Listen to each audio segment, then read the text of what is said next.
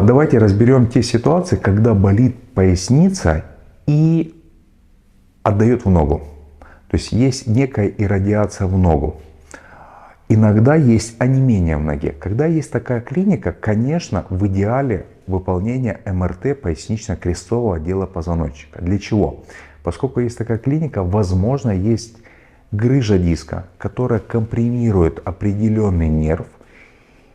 Идет соответствующая симптоматика. Она может быть не постоянно, в зависимости от того, насколько отекает этот диск и насколько идет то или иное выпячивание.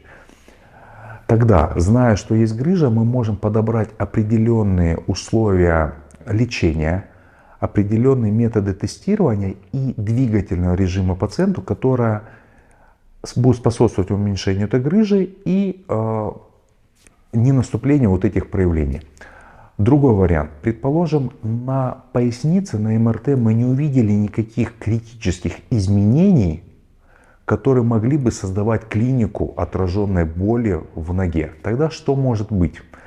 На самом деле процентов 80, даже если есть грыжа, это не равно боль в ноге.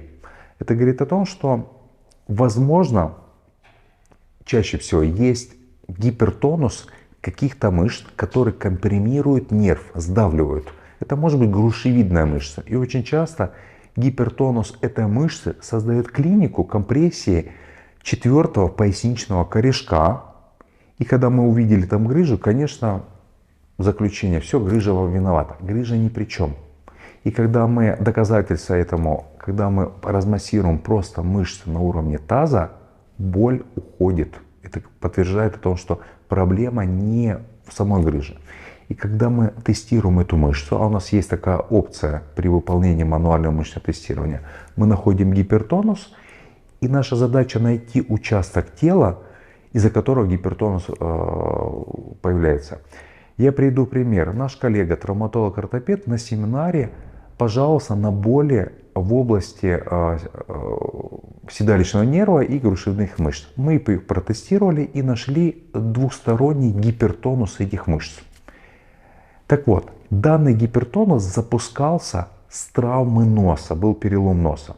И когда мы его придавливали, гипертонус уходил. Мы полечили эту травму носа, и гипертонус этих мышц ушел. О чем это говорит? Стандартный подход — размять эти мышцы, затейпировать, МФР сделать, не работает. Он сработает на какое-то короткое время. Выполнив блокаду, также не работает. И только метод PDTR позволяет найти тот участок, который запускает и задает неправильный режим работы мышц. Мышца включается, и все начинает правильно работать.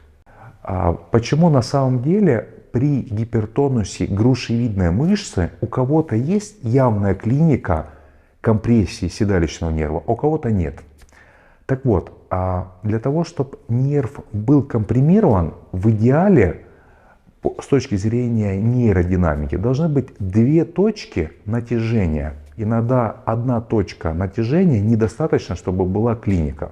Мы не говорим за те ситуации, когда идет жесткая компрессия на уровне межпозвонкового отверстия, и когда нерв сдавливается, конечно, здесь будет клиника. Так вот, если на периферии одна мышца в гипертонусе и натянула нерв, человек длительное время может не жаловаться на эту боль, но когда появляется гипертонус, скажем, на уровне бедра, вторая линия натяжения, и появляется клиника.